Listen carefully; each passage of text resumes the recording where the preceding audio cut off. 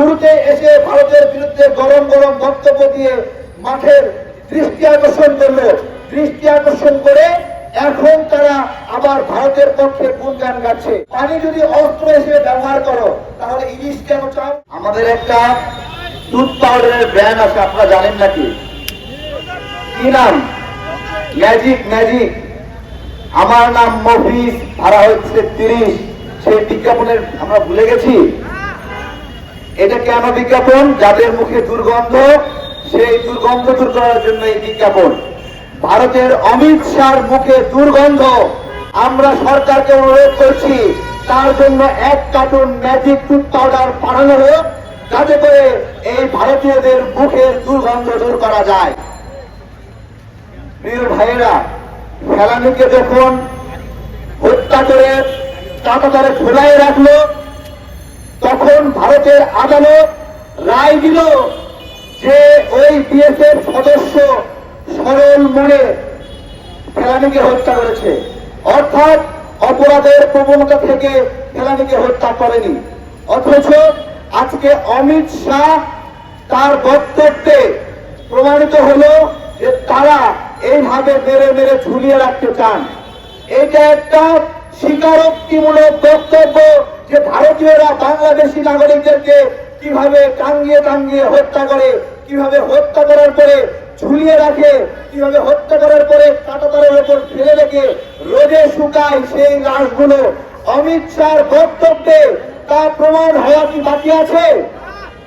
এখন বাংলাদেশ রাষ্ট্র হিসেবে উচিত ছিল এই বক্তব্য এবং সেই ফেলানী হত্যা, স্বর্ণ দাস হত্যা, জয়ন্ত হত্যা, তাদের হত্যার ফাইলগুলো আন্তর্জাতিক আদালতে পৌঁছে যাওয়া, প্রতিবেশী দেশগুলোকে পৌঁছায় যাওয়া, দুবাইয়ে পৌঁছায় যাওয়া, কাতারে পৌঁছায় যাওয়া, ওমানে পৌঁছায় যাওয়া, যে পার্শ্ববর্তী একটি মুসলিম সংখ্যাগরিষ্ঠ দেশে নাগরিকদেরকে ভারতীয়রা কিভাবে হত্যা করছে, যাতে করে তাদের সেই বিদেশ গমন, ব্যবসা বাণিজ্য সবকিছুতে মুসলিম দেশগুলো অন্তত সতর্ক থাকে যে এরা কতটা মুসলিম বিদ্বেষী। প্রিয় ভাইয়েরা, আজকে সরকার একটা আছে, সেই সরকারকে আমরা আশা করেছিলাম ভারতের বিরুদ্ধে একটা সরকার। আমরা কি সবাই এটা আশা করি নাই? সবাই আশা করি নাই? শুরুতে এসে ভারতের বিরুদ্ধে গরম গরম বক্তব্য দিয়ে মাঠের দৃষ্টি আকর্ষণ করলো। দৃষ্টি আকর্ষণ করে এখন তারা আবার ভারতের পক্ষে গুণগান গাচ্ছে।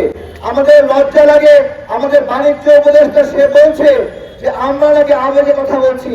হ্যাঁ, বাংলাদেশের নাগরিকরা আবেগী। আবেগ থেকে 52 ভাষা আন্দোলন হয়েছে, আবেগ থেকে 71-এর যুদ্ধ হয়েছে, আবেগ থেকে 24-এর আন্দোলন হয়েছে। এবং আপনার মতো একটা ফালতু লোক এই 24-এর আন্দোলনের মধ্য দিয়েই আপনি এখানে উপদেষ্টা হয়েছেন। সেই আন্দোলনের উপদেষ্টা হয়ে আজকে আপনি কি করছেন? আপনি আমাদের আবেগ নিয়ে তাচ্ছিল্য করছেন। আরে ইয়া আবেগ নিয়ে তাচ্ছিল্য করে টিকতে পারে নাই, তুমি কোন বাণিজ্য উপদেষ্টা তুমি টিকবা? আমি জিজ্ঞাসা করছি। তাও দেশের বিষয় নয়, ভারতের বিষয়ে। 2 দিন আগে নাগরিকদেরকে খুন করলো। আমি সকল উপদেষ্টাদেরকে বলতে চাচ্ছি, আমরা বাংলাদেশকে স্বাধীন করেছি একটা সুন্দর সরকার করার জন্য। আমাদের একটা প্রত্যাশা ছিল যে এমন একটা সরকার আসবে যেই সরকারে হাসিনার লোক থাকবে না। অথচ আমরা দেখলাম হাসিনার লোক দিয়ে ভরা। আজকে হাসিনা চলে গেলেও কেন এই সরকার ভারতের দাবিদারি করছে তা কি আপনারা বুঝতে পারছেন?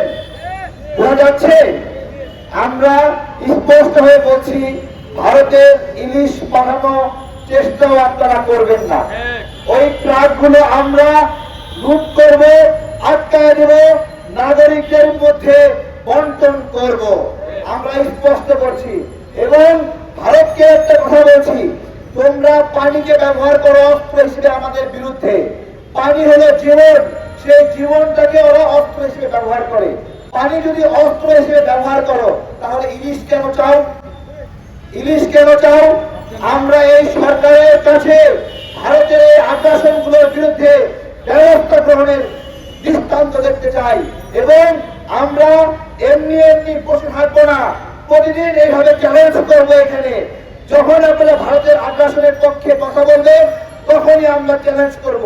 এবং রাজনৈতিক দলগুলো, এখানে বড় বড় দল আছে, বিএনপি নাম বলতে লজ্জা নাই, জামাত আছে, জাতীয় পার্টি আছে, আমাদের গণ অধিকার পরিষদের 2টা ভাগ আছে, আরো অনেক দল আছে। প্রত্যেক দলকে আমি নিজেকেও প্রশ্ন করছি যে আমি নিজের জন্য ভারতের দালালি না করি। যারা করছে আপনাদের প্রতি নাগরিকদের পক্ষ থেকে ধিক্কার জানাই। এবং আওয়ামী লীগের যেই পরিণতি হয়েছে, আমারও সেই পরিণতি হবে রাজনীতিতে যদি আমি ভারতের দালালি করি। এটা যেন সবাই মনে রাখি।